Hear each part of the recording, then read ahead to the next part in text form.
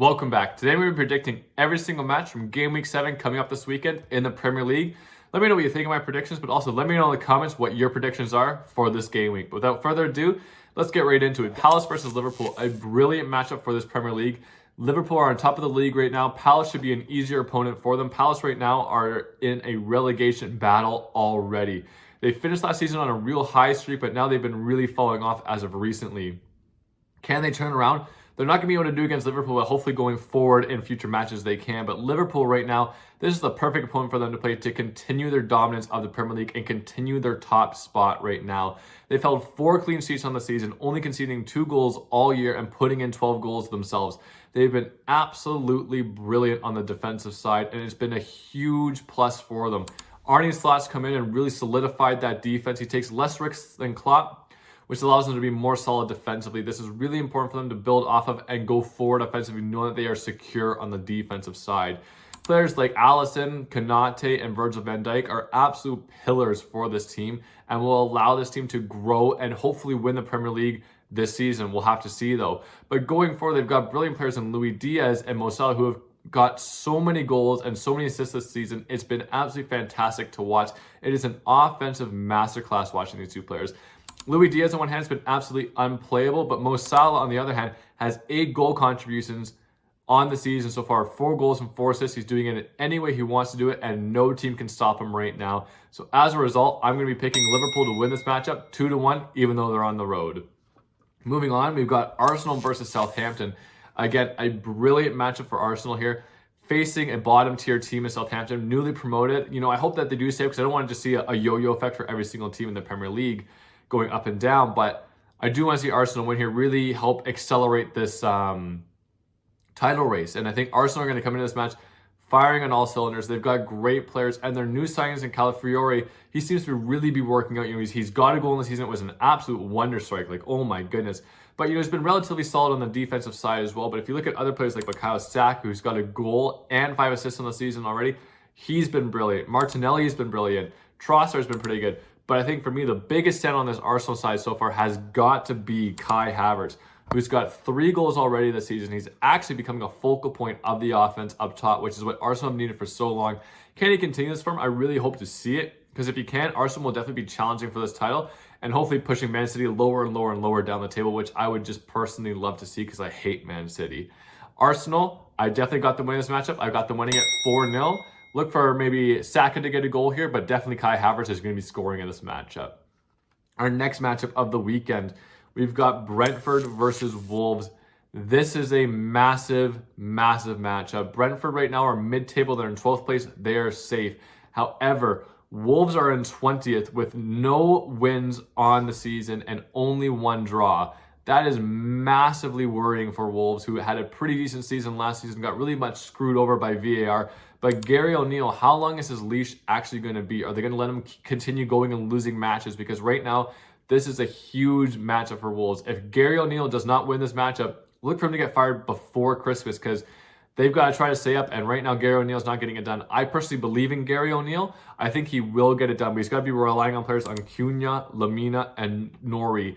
These players have got to show up in this matchup. They've got to find a way to penetrate Brentford, and they've got to find a way to win this matchup.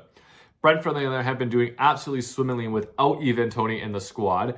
He's gone over to the Saudi League, wants that money, whatever. But Mbeumo has really stepped up. He's got 5 goals on the season so far. He's been brilliant. He's going to be their goal-scoring threat. So can Wolves find a way to slow down Mbeumo? If not, Brentford will win this matchup. However, I do think Wolves can slow Mbeumo down. I think that Cunha can be a key factor in this matchup. So look for Wolves to win this matchup, finally kick off their season with a win, winning this matchup 2-1. Our 4th matchup, we've got Leicester versus Bournemouth. Leicester City trying to stay in the Premier League. Bournemouth are already mid-table, doing pretty well so far. A hit-or-miss team, a classic Premier League team, can beat anybody, can lose anybody. After that loss to Dominic Solanke, I don't think anyone thought they were going to be doing too well. However, they've been performing pretty well so overall in the season so far. However, they've got very, very, very key players in Ouattara, Tavernier, and Semenyo. I believe I'm saying those names right. If I'm not saying them right, I apologize. These 3 players in the midfield have been running it for Bournemouth. If they show up, they're winning matches. So they're going to be looking for these players to be very important against Leicester City. If they can do that, I think they have a chance at beating Leicester City, even though they'll be on the road. Leicester City, on the other hand, Ndidi has to be their weapon. He's got to control that midfield. He's got to be the connective tissue from the defense to the offense. He's got to be setting players up like Jamie Vardy to try and get some goals here against Bournemouth. Leicester City need victories right now. They need to be stacking wins in order to get out of that relegation battle right now. Right now, they're sitting in 17th place, so they're right on the cusp of it. And Crystal Palace and Wolves are eventually going to start winning matches, so they've got to start stacking wins to make that gap a little bit bigger. If they don't make it a little bit bigger, they might get relegated. But however, I'm going to be predicting this match to be a 1-1 draw. I think both teams are just going to cancel each other. I think Indeed is going to do well. I think Tavernier is going to do well. I think I'll just cancel it out. I think it's going to be a 1-1 draw in Leicester. Then we can look at Man City versus Fulham. One of the greatest results of all time last weekend was Man City drawing against Newcastle. If you watched that prediction video, I did predict them to draw that match. I think the loss of KDB and the loss of Rodri is really, really hurting them. KDB, I think, is coming back soon. He might even be back this week. I don't know. But Rodri's done for the season, and that is absolutely brutal for them because Kovacevic is nowhere close to that level of talent, and they don't really actually have a replacement in that position. Man City have one of the biggest squads in the entire world, and the one position that they do not have the most coverage in is Rodri's position. That is a big issue.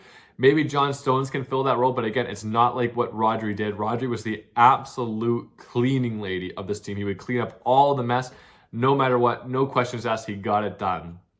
Now, they're going up against Fulham, who, again, are like Bournemouth, another quintessential Premier League team, can beat anybody, can lose to anybody.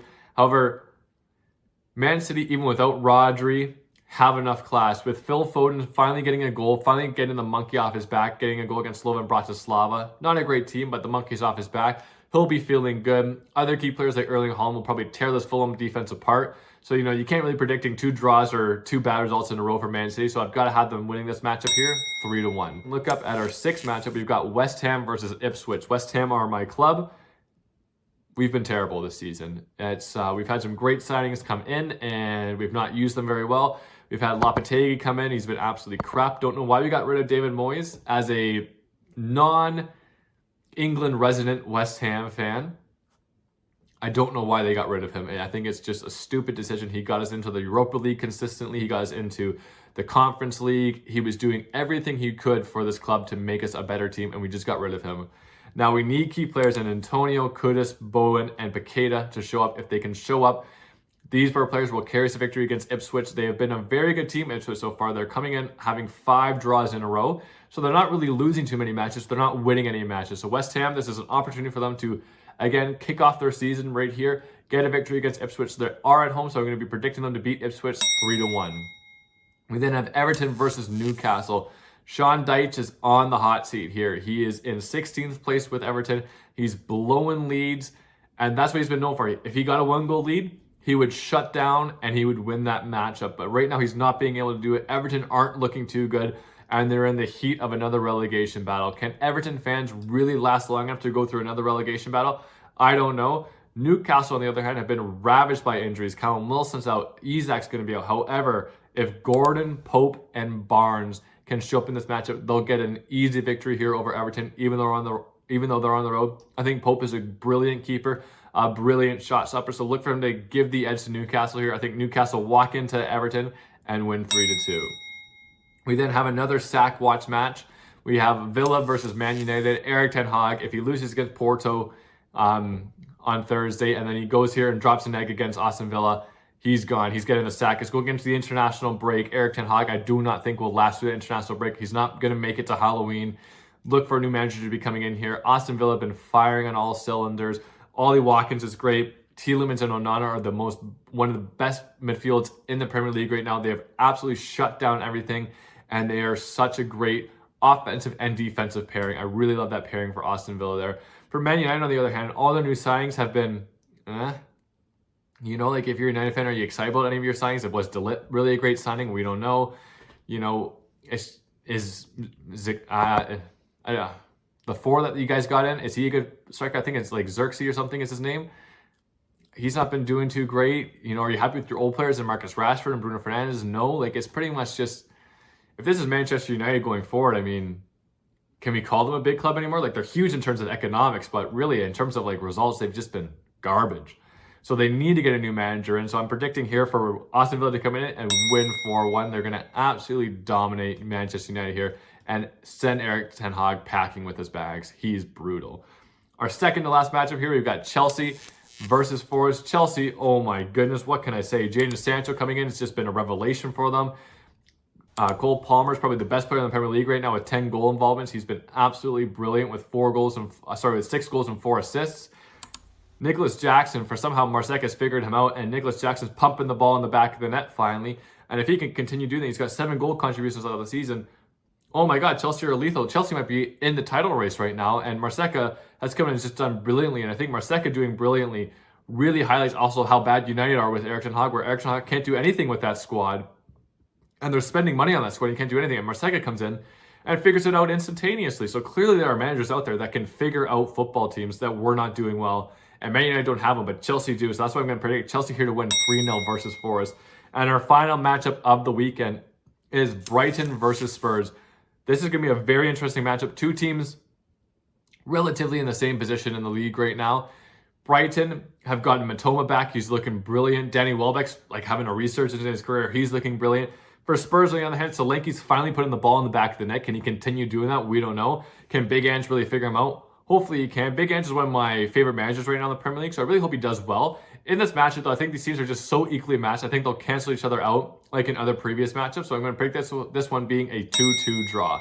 Let me know what you think of my predictions overall, but my predictions are we've got Crystal Palace losing to Liverpool 2-1, Arsenal winning 4-0 against Southampton, Wolves beating Brentford 2-1, Leicester drawing at Bournemouth, City beating Fulham 3-1, West Ham beating Ipswich 3-1, Everton losing out to Newcastle 3-2, Villa beating Manchester United 4-1 and sacking Erik ten Hag, Chelsea continuing their dominance and winning 3-0 versus Forest, and Brighton and Spurs drawing at the end. I think this will be a great Premier League weekend. Let me know what your predictions are in the comments. Like always, have a good one. See you next time.